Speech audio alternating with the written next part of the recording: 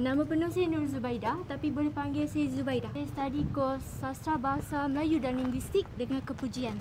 Saya berasal dari Sarawak. Ada 7 adik-beradik. Oh, so you adalah anak ke? 3. Punya ibu bapa memang tak mudah ya. Nak jaga 7 anak. Ya, betul. So sepanjang hidup awak ada apa yang pernah ibu bapa buat sampai sekarang you takkan lupakan?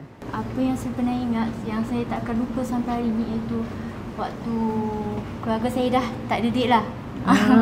Sebelum ni bapak saya berniaga. Tapi disebabkan PKP, bapak saya pun tak dapat berniaga. Keluarga saya diuji dengan masalah kesihatan bapak saya, kesihatan mak saya. Bila saya tengok macam mana bapak saya dengan mak saya cuba bersusah payah untuk membesarkan 7 adik-beradik saya sampai sekarang, sampai saya boleh masuk UPM. Pernah buat sesuatu yang kecewakan mak? Ada tak? Benda yang saya buat yang buatkan mak saya kecewa lekas setakat ni, saya rasa pernah sekali itulah. Dia berat sikit nak cerita. Yelah, sebelum ni kan hidup senang. Tapi bila tiba-tiba diuji selepas PKP tu tak ada duit. Sampai satu hari tu, kita orang hidup tanpa elektrik. Makanan susah juga. Sampai satu hari tu saya masih ingat, kita orang petik sayur-sayuran yang ada dekat tepi jalan. Yang tumbuh secara semula jadi. Sebab mak bapak saya bukan jenis yang cepat mengalah. Dia orang tak cukup makanan, dia cari makanan. Yang saya tak boleh lupa sampai sekarang iaitu saya pernah melafazkan dekat depan mak bapak saya, saya tak tahan hidup susah.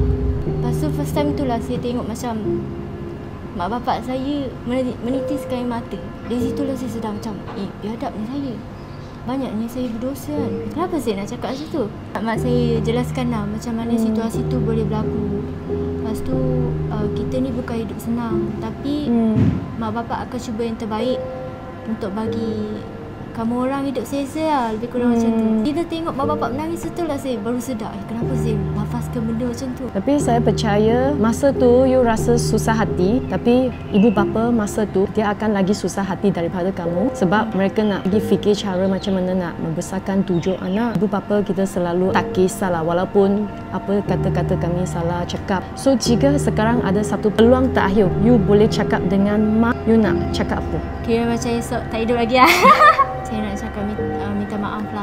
Okey, boleh tak saya ada satu permintaan call ibu sekarang dan cakap dengan dia apa you nak cakap dengan mak? Hello Mi, Assalamualaikum. Umi bapa adalah ibu bapa yang terbaik pernah wujud dalam hidup kami. Tidak orang boleh ganti Umi sebagai mak kami.